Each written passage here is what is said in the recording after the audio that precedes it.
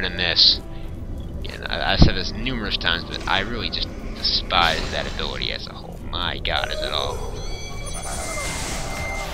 Golem's moving in here. Hitting the dragons. See another nuke from the witch. Or range attack, to be specific, but not doing too much, just range down the gremlins more. And another miss on the ghosts. That is just infuriating. Just that ability is when you just can't hit is just the worst feeling, because you can't do, literally can do nothing without it. Except maybe just setting up an attack order and hoping you get lucky. Elvin is just kind of getting swarmed here to a degree. Well, he does have his 6 titans, which are going to be a definite asset, and his mass debuffs, which are not to be underestimated. The Necropolis appears to have a bit of a numerical edge at this point. Titans getting whittled down to 5, I think.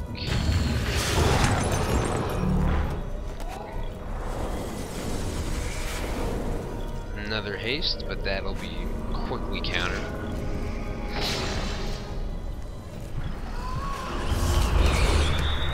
And Elvin still with a large advantage. Oh, a lucky hit from the one golem, bringing down another spectral dragon. And the titans have finally dropped the number back to 5 and then down to 4. And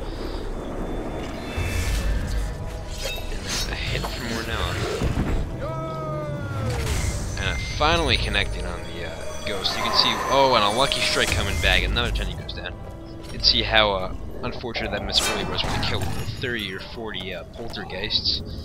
But unfortunately, incorporability has a way of occurring when you least want it to. And speaking of which, another miss from the gargoyles. We'll be able to act again immediately, and let's see what happens. Just more vulnerabilities, just constantly debuffing these guys, enabling his troops to do more damage. The wraiths are like be the main problem for them at this point. If you can take those out somehow, which will likely be difficult. There's a large stack of zombies moving in as well. The fact that he missed those ghosts a couple times, especially with the stack of 7 titans, was just an absolute killer. Would have put a lot of hurt on him. Unfortunately, he was not able to connect. Mass slows, but will likely be countered by a haste soon enough. Wraith's getting range down, but that'll kill the titans likely. Yep, and there go the titans.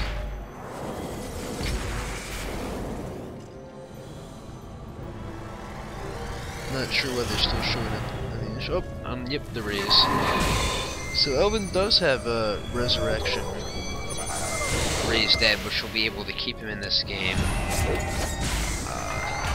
by bringing back his more powerful stacks. But Ornella, as being Vangelis, being a necromancer, has that as well, bringing back quite a few of his race, but they will die a bit easier now. Unfortunately, Djinns have never been the most durable unit, but and you're gonna start seeing kind of a raise fest here, perhaps, in which case Elvin will most certainly win. And you can see a lucky hit there, as you can see how much missing earlier just really hurt Elvin with his big group of titans. He would have been able to stomp on those ghosts. Just the debuffs. So if it does come down to a raising competition, Elvin may very well be able to win, as he does have more mana, even with Ornella's constant regeneration mana. She's down to 6, while Razak has 81. And the Wraith's getting beaten here, so this is kind of turning in Elvin's favor, I would almost say, to a degree, as he's beaten on the zombies, and he likely has the ability to continue to resurrect quite a few of his troops. And more of the Wraiths. Another debuff, and these Wraiths are fairly low HP at that moment, which is allowing the Vizier should just absolutely beat on them. Hero casting is definitely going to come into big play here, so just lessen the creatures on this field. Hero actions come much more quickly, and yes, those Wraiths are just getting torn apart at the moment. The vulnerability and hit point losses just combining to just make them 0 defense. Yeah, wow, so they are just getting absolutely annihilated by Elvin's troops right now. see the disconnect coming up there, but Vangelis does appear to be in a bit of a bad place at the moment because he's essentially out of mana. He can't cast anything. Well, Elvin can continue to resurrect most of his army.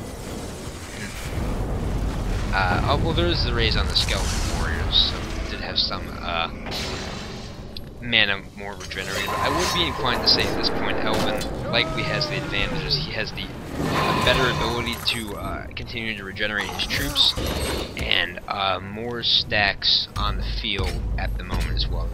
Those rod zombies will be problematic, but with the 0 defense and not too great HP, I don't see that being a very huge issue. And 79 gremlins coming back. So yeah, this is when the disconnect happens. So again, I apologize for not being able to kind of provide a sense of conclusion, but you can see it was a very, very good game nonetheless. Very close. Nice comeback from Elvin there. Looked like he was kind of on the ropes for a bit, but the Resurrects really swung that back in his favor. It's a very powerful ability. Come on with the debuffs, allowing him to just tear through the Necropolis troops like they weren't even there. So this is a bit more of a inconclusive game rather than the previous disconnect. But I would be still inclined to say that Elvin does have the advantage at this moment, simply because he can continue to raise troops to a greater degree than the Necropolis can, and raise and debuff, which has proven just absolutely devastating. You saw how fast this race went down. So, although the game isn't a completely foregone conclusion by any means, I would definitely say Elvin has the advantage at this point. So, as always, hope you enjoyed. Look forward to more in the near future. This is the Tourney, and I'll see y'all later.